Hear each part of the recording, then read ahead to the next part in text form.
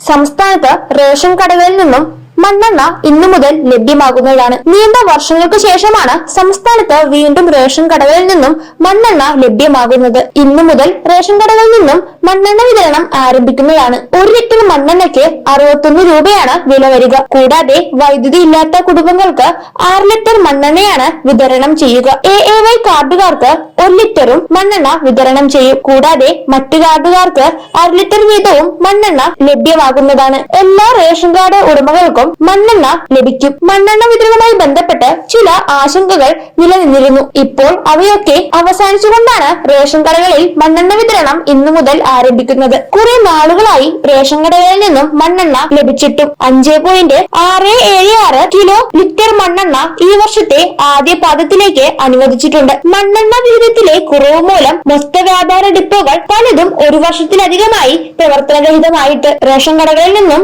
ഇന്നു മുതൽ മണ്ണെണ്ണ ലഭിക്കുന്നതായിരിക്കും. 1 ലിറ്റർ മണ്ണെണ്ണയ്ക്ക് 61 രൂപയാണ് വില വരുന്നത്. കൂടാതെ നീല, വെള്ള റേഷൻ കാർഡുകാർക്ക് മുൻഗണനാ വിഭാഗമായ പിങ്ക് വിഭാഗത്തിലേക്ക് തരം മാറ്റുന്നതിനുള്ള അപേക്ഷകൾ സ്വീകരിക്കുന്നതിനുള്ള അവസാന തീയതി ജൂൺ 30 മാറ്റിയിട്ടുണ്ട്. ഒഴിവാക്കൽ മാനദണ്ഡങ്ങളിൽ ഉൾപ്പെടാത്ത അർഹരായ കുടുംബങ്ങൾക്കാണ് അപേക്ഷ സമർപ്പിക്കാൻ അവസരം. അക്ഷയ കേന്ദ്രങ്ങൾ വഴി ഇതിലേക്കുള്ള അപേക്ഷ സമർപ്പിക്കാൻ സാധിക്കുന്നതാണ്. കൂടാതെ സിറ്റിസൺ ലോഗിൻ പോർട്ടൽ വഴിയും അപേക്ഷ ഓൺലൈനായി സമർപ്പിക്കാൻ സാധിക്കും. വെള്ള, നീല കാർഡുകാരിൽ നിരവധി ആളുകൾ പിങ്ക് കാർഡിന് അർഹതയുള്ളവരുണ്ട്. അവർക്ക് വേണ്ടിയാണ് ഇത് നടപ്പിലാക്കുന്നത്. പിങ്ക് കാർഡിലേക്ക് മാറുകയാണെങ്കിൽ സൗജന്യമായ അരിയും ചികിത്സാ ആനുകൂല്യങ്ങളും ലഭിക്കുന്നതായിരിക്കും. വെള്ളക്കാർഡിന് പല സർക്കാർ സബ്സിഡി ആനുകൂല്യങ്ങളും പലപ്പോഴും ലഭിക്കാറില്ല. നീല റേഷൻ കാർഡിന് അരിയും കുറവാണ്. അതിനാൽ തന്നെ അർഹരായിട്ടുള്ള എല്ലാവരും പിങ്ക് കാർഡിലേക്ക് അപേക്ഷ സമർപ്പിക്കേണ്ടതാണ്. മുൻഗണനാ വിഭാഗത്തിലേക്ക് മാറാൻ അർഹതയുള്ള എല്ലാവരും തന്നെ അപേക്ഷ